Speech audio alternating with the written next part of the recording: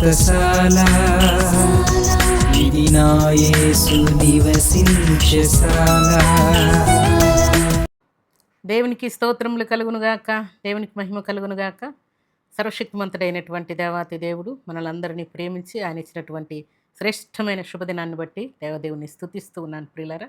శుభదినాన ప్రతి ఉదయమున బెతెస్తా ఉదయకాల ప్రార్థనా ఉటలు అనే కార్యక్రమం ద్వారా దేవుడు మనందరితో మాట్లాడుతున్నాడు. లెక్కలేనన్ని శ్రేష్టమైన వాగ్దానాలు ఇచ్చి మనల్ని ధైర్యపరుస్తూ ఉన్నాడు. ఈ శుభదినాన కూడా దేవుడు మనకిచ్చినటువంటి శ్రేష్టమైనటువంటి వాగ్దానాన్ని చదువుకుందాం. పరిశుద్ధ గ్రంథంలో నుండి కీర్తనల గ్రంథం 103వ అధ్యాయం 18వ వచనాన్ని చదువుకుందాం.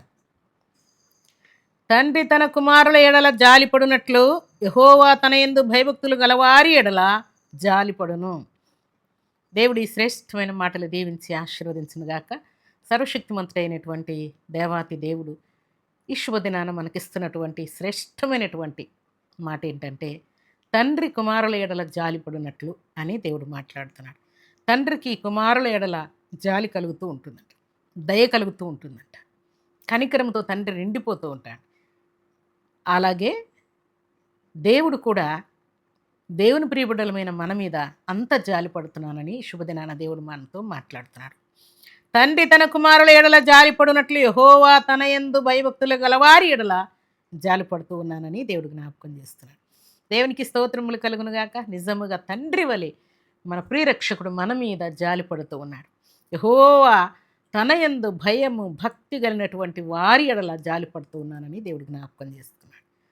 ఉదాహరణకు, తప్పిపోయినటువంటి కుమారుడు తండ్రిని ఎదిరించి దూర ప్రాంతం వెళ్ళిపోయి ఆస్తినంతా పాడు చేసుకొని మరలా తిరిగి ఆయన తన తప్పు తెలుసుకొని, తండ్రి నీ కుమారుడు నన్ను అనిపించుకున్నట్టుకు యోగ్యుడను కాను, కానీ నీ పనివానిలో ఒకనిగా నన్ను ఎంచుకునమని ఆయన పశ్చాత్తాపంతో నిండి తిరిగి ఇంటికి వచ్చినప్పుడు తండ్రికి కుమారుని మీద ఎంత జాలి కలిగిందంటే, డబ్బు నష్టమైందని కానీ, ఆస్తి కోల్పోయానని, అంత పాడు చేశాడని కానీ ఎటువంటి కోపతాపములు తండ్రికి లేకుండా దూరము నుండి కుమారుని ఎడల జాలిపడి పరిగెత్తుకొని వెళ్ళి మెడ మీద పడి ముద్దు పెట్టుకొని ఇంటికి చేర్చి కోల్పోయిన వాటన్నిటినీ మర్చిపోనట్లుగా పాదములకు చెప్పులు తొడిగి ప్రశస్త వస్త్రమును ధరింపజేసి చేతికి ఉంగరం పెట్టి గొప్ప విందు చేసి ఆయన జాలెంతో, ఆయన ప్రేమెంతో, ఆయన కనికరమెంతో రుజువు చేశాడు. ప్రియులారా, ఈ శుభదినాన కూడా మనం కూడా తప్పిపోయిన కుమారుని వలె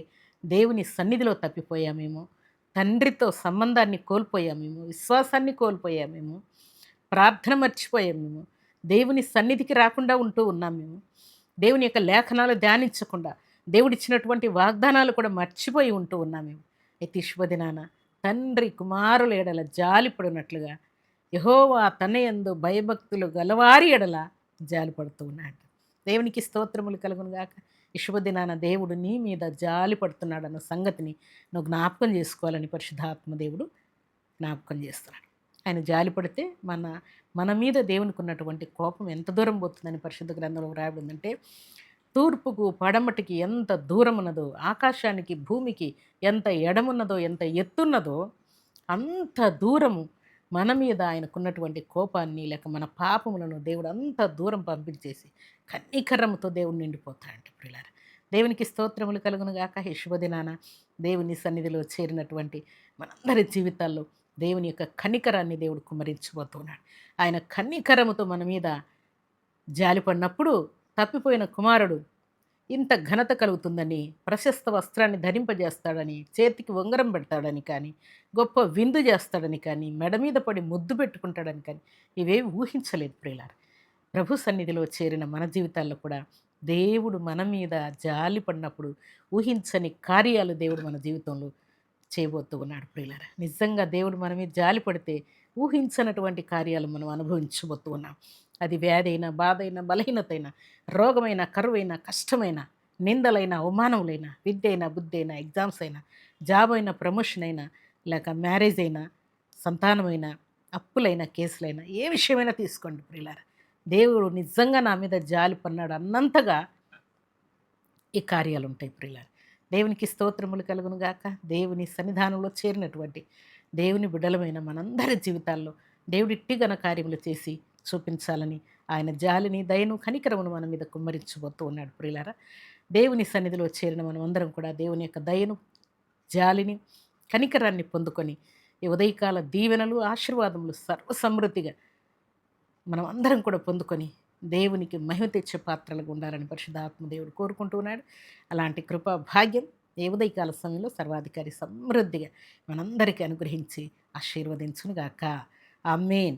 ప్రార్థన చేసుకుందాం. భూమి ఆకాశములను కలుగు చేసిన మా తండ్రి, మీ కృతజ్ఞతలయ్యా. ఈ ఉదయకాల సమయంలో నిజముగా తండ్రి తన కుమారుల ఎడల జాలి పడునట్లు యెహోవా తన యందు భయభక్తులు గలవారి మీద జాలి పడునని మీరు మాట్లాడారు. కోట్లాది వందనములు తండ్రి. నిజముగా మీరు మా మీద జాలిపడే దేవుడు, కరుణ చూపే దేవుడు, కృప చూపించే దేవుడుగా ఉన్నందుకే స్తోత్రాలు.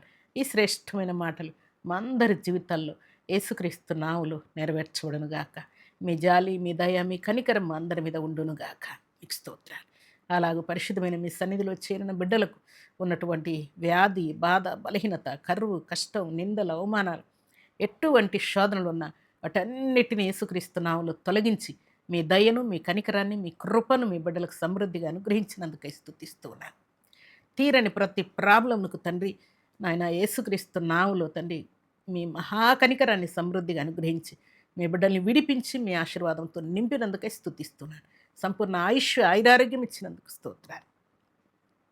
అలాగే తండ్రి మీ బిడ్డలు మిమ్మల్ని ఆశ్రయించిన ప్రతిసారి కూడా మిక్కుటమైన మీ ఆశీర్వాదపు జల్లులు మీ బిడ్డల మీద కుమ్మరించినందుకై మీకు కృతజ్ఞత స్తుతులు, స్తోత్రములు చెల్లించుకుంటూ అలాగ మీ బిడ్డలను వారింటి వారిని మీ హస్తములకు అప్పగిస్తున్నాను. వారు పొందిన ప్రతి అవమానములకు తండ్రి రెట్టింపు ఆశీర్వాదంతో మీ బిడ్డలను నింపినందుకై తండ్రి వ్యాధి బాధలన్నీ కొట్టివేసినందుకై విద్యాబుద్ధుల్లో, వివాహంలో, సంతానంలో అద్భుతమైన ఆనవాలు కనపరిచినందుకై స్తుతిస్తూ ఈ ఉదయకాల దీవెనలు, ఆశీర్వాదములు సర్వసమృద్ధిగా మీ బిడ్డలందరికీ అనుగ్రహించినందుకై స్తుతిస్తూ ఈ దినం బర్త్డేలు, మ్యారేజ్ డేలు జరుపుకునే బిడ్డలకును దీవెనిచ్చినందుకై స్తుతిస్తూ యేసుక్రీస్తు అతి పరిశుద్ధమైన నామములో స్తుతించి ప్రార్థించి వేడుకుంటున్నాం తండ్రి. ఆమేన్.